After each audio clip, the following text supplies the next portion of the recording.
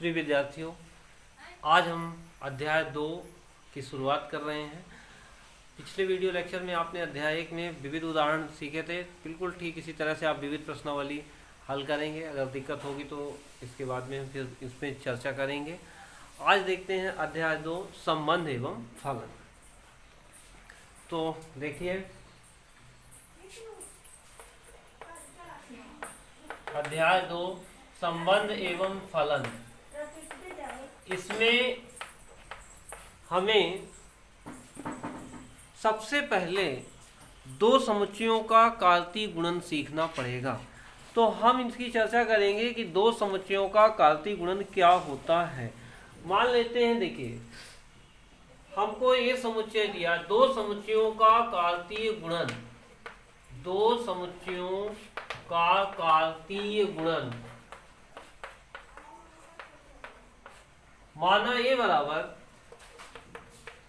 अगर हम ए समुच्चय मान लेते हैं लाल नीला,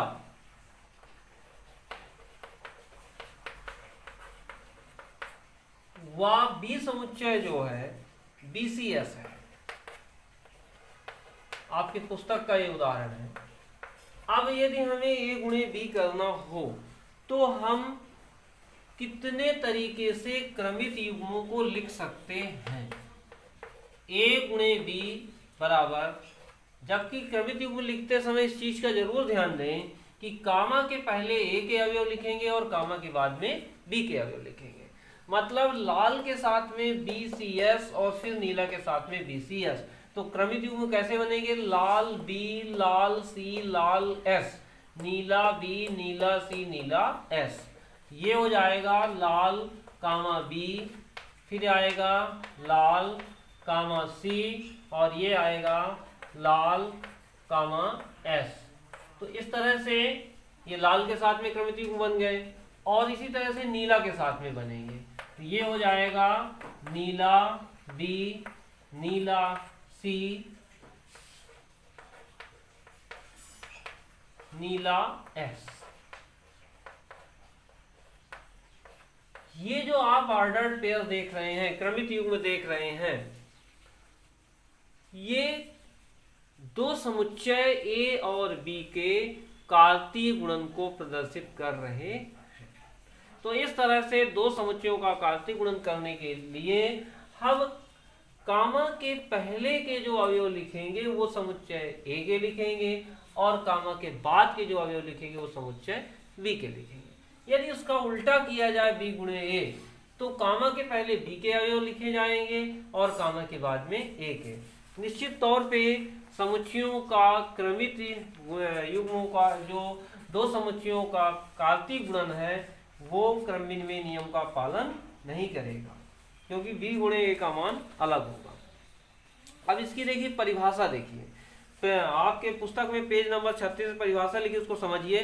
दो आरिक्त समुच्चयों P तथा Q का जो कार्तीय गुणन है P गुणे के उन सभी क्रमित युग्मों का समुच्चय है जिनके प्रथम घटक P से और द्वितीय घटक Q से लेकर के बनाया जाता है, अर्थात P गुणे Q बराबर P कामा Q। P अवयव है P का और Q अवयव है Q का। यदि आप A गुणे B में करें तो इसकी परिभाषा इस तरह से हो जाएगी कि यहाँ पे जो क्रमित युग्म बन रहे हैं उसमें कामा के पहले का जो अवयव है वो कहाँ से लिया गया? समुच्चय A से लिया गया। कामा के बाद के जो अवयव BCS लिए जा रहे हैं वो कहाँ से लिए जा रहे हैं? समुच्चय B से लिए जा रहे हैं।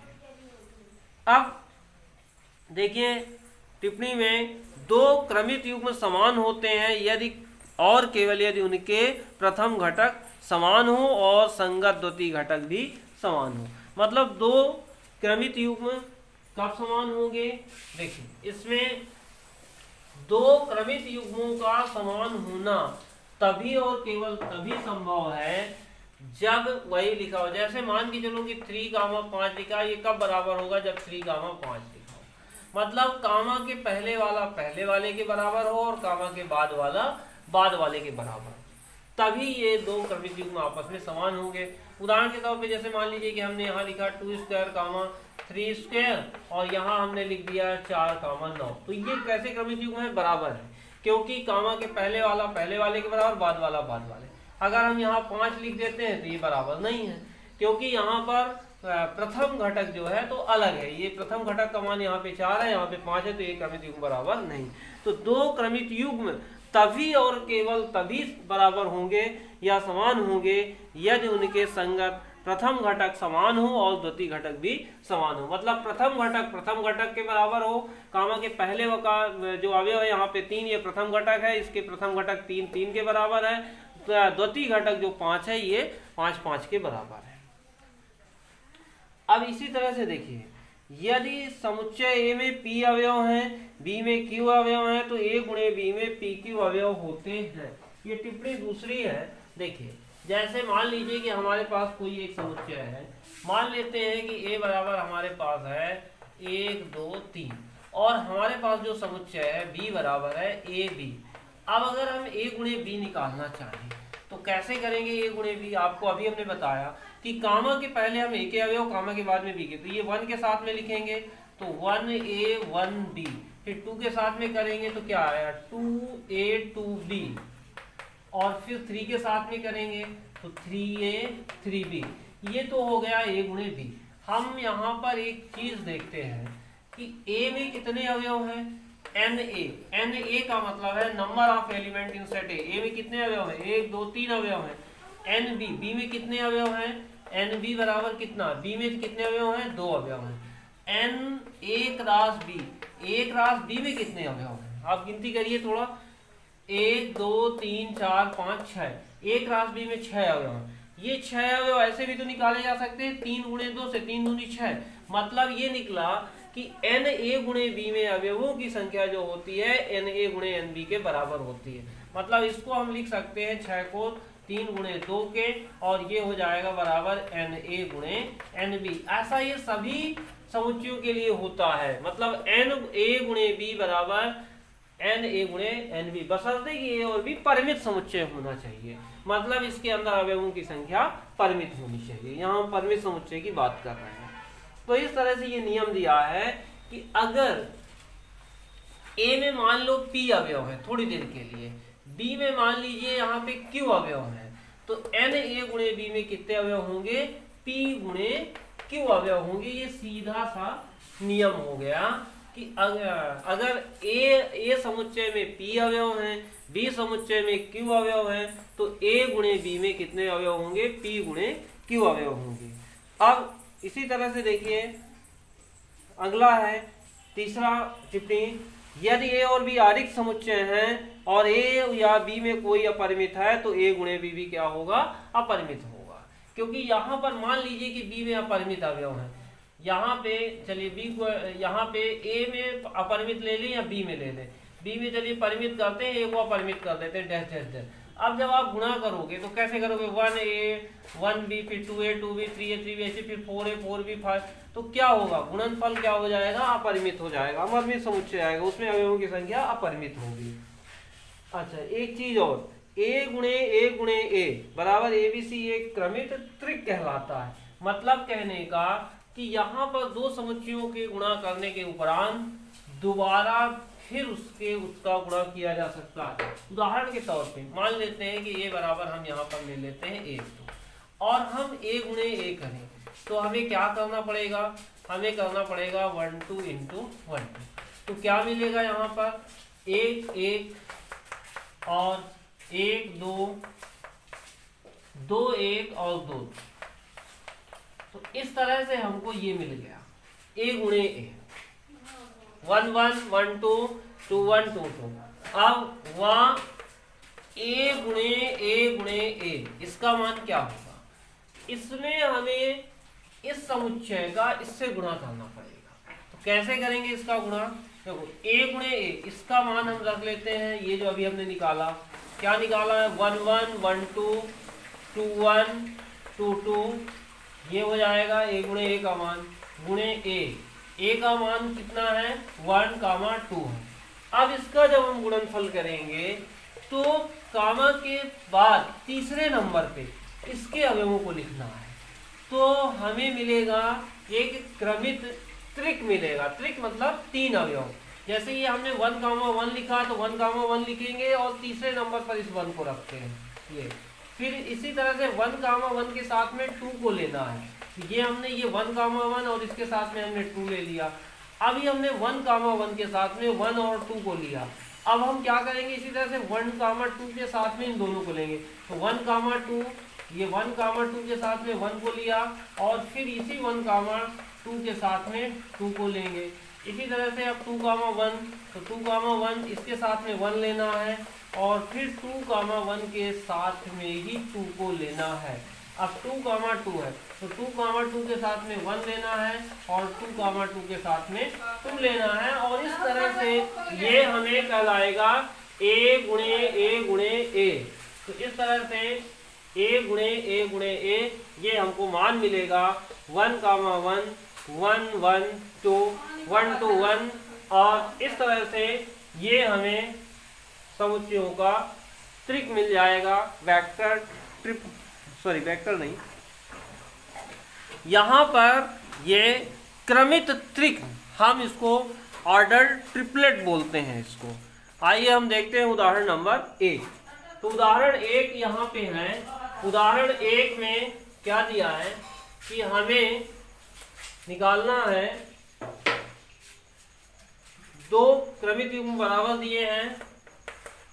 उदाहरण 1 में दिया है x + 1, y - 2 = 3, 1। इसमें हमें मान निकालना है x और y के। तो यहाँ दिया है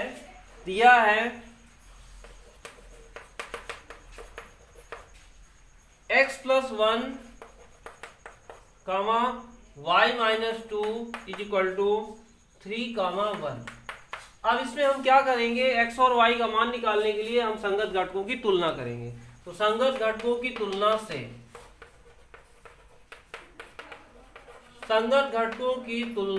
से यहाँ पे पहला अवयव पहले के बराबर होगा, x + 1 = 3 व कामा के बाद वाला दूसरे के बराबर होगा, y - 2 = 1। अब इसको हम पक्षांतर करके हल कर लेते हैं। तो x बराबर, ये एक इधर जाएगा, पक्षांतर करेंगे तो x बराबर 3 ऋण 1 व y बराबर हो जाएगा 1 धन 2। और इस तरह से हमको मिलेगा x बराबर 2 व y बराबर 3। तो इस तरह से यदि 2 क्रमित युग्म अगर समान हैं तो हम संगत घटकों की तुलना कर सकते हैं, क्योंकि पहला अवयव पहले के बराबर होगा और कामा के बाद का जो दूसरा अवयव है इस दूसरे अवयव 1 के बराबर होगा।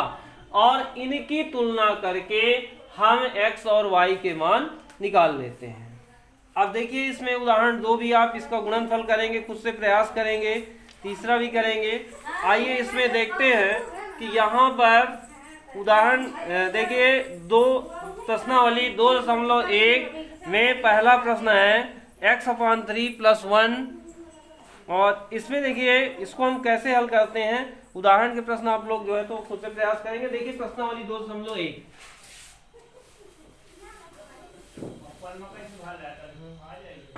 ये 2.1 में पहला प्रश्न है। इसमें हमें x तथा y का मान निकालना है। तो दिया है x/3 + 1, y - 2y3 = 5/3, 1/3। संगत घटकों की तुलना से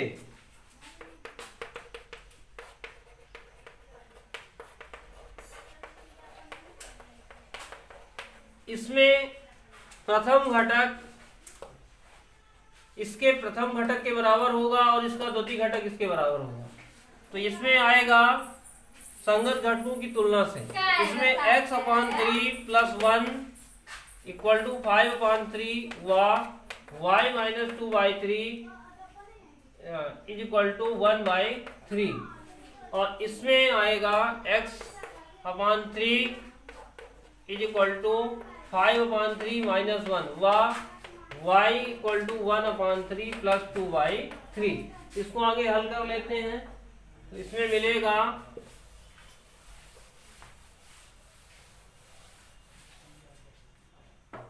इसमें आ जाएगा x/3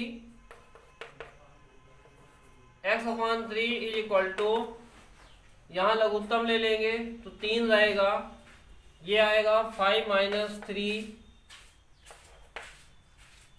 इसी तरह से इसको हल कर लेते हैं, y इक्वल टू 3 का लघुत्तम 3 होगा, तो यहाँ पे जो मिलेगा हमको x upon 3 is equal to 2/3 व y इक्वल टू 3/3 कैंसिल होकर के ये 1 हो जाएगा, यहाँ भी 3 से 3 कट जाएगा। तो इस तरह से x बराबर 2 व y बराबर 1। तो x का मान यहाँ पे हमको कितना मिला 2 और y का मान कितना मिला 1। ये 2.1 का पहला प्रश्न था। अब इस तरह से आप दूसरे प्रश्न का प्रयास करें, थोड़ा कैसे करेंगे, बिल्कुल आसान सा प्रश्न है।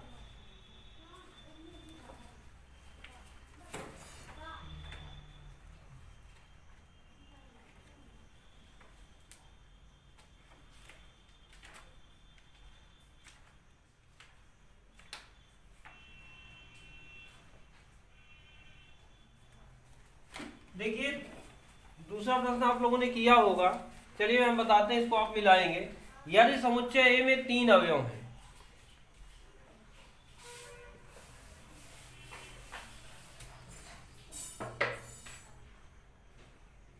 इसमें दूसरे में दिया है ए बराबर, ए में 3 अवयव हैं, इसका मतलब क्या निकला, एन ए बराबर कहलाएगा 3, क्योंकि ए में अवयवों की संख्या कितनी है 3, तथा समुच्चय बी बराबर, जो समुच्चय यहां पर बी दिया है वो है 3 4 5, तो एन बी क्या हो जाएगा, समुच्चय बी में अवयवों की संख्या कितनी होगी 3 होगी, 1 2 3। अब पूछा है कि ए गुणे बी में अवयवों की संख्या ज्ञात कीजिए, इसलिए एन ए गुणे बी, अभी हमने एक सूत्र बताया आप लोगों को कि एन ए गुणे बी बराबर होता है एन ए गुणे एन बी, मतलब ए गुणे बी समुच्चय में अवयवों की संख्या बराबर ए में अवयवों की संख्या गुणे बी में अवयवों की संख्या। अब यहाँ पर कितना है, ए में अवयवों की संख्या कितनी है 3 है, बी में अवयवों की संख्या कितनी है 3 है, तो एन ए का मान कितना है 3 है, एन बी का मान भी 3 है, तो इस तरह से ये कितना हो जाएगा 9 हो जाएगा। तो ए गुणे बी में अवयवों की संख्या कितनी होगी 9 होगी, तो यही अपना उत्तर हो जाएगा। अब इसके बाद देखें तीसरा प्रश्न, इसमें जी और एच के मान दिए हैं, जी गुणे एच और एच गुणे जी हमें निकालना है। आइए देखते हैं इसका तीसरा प्रश्न।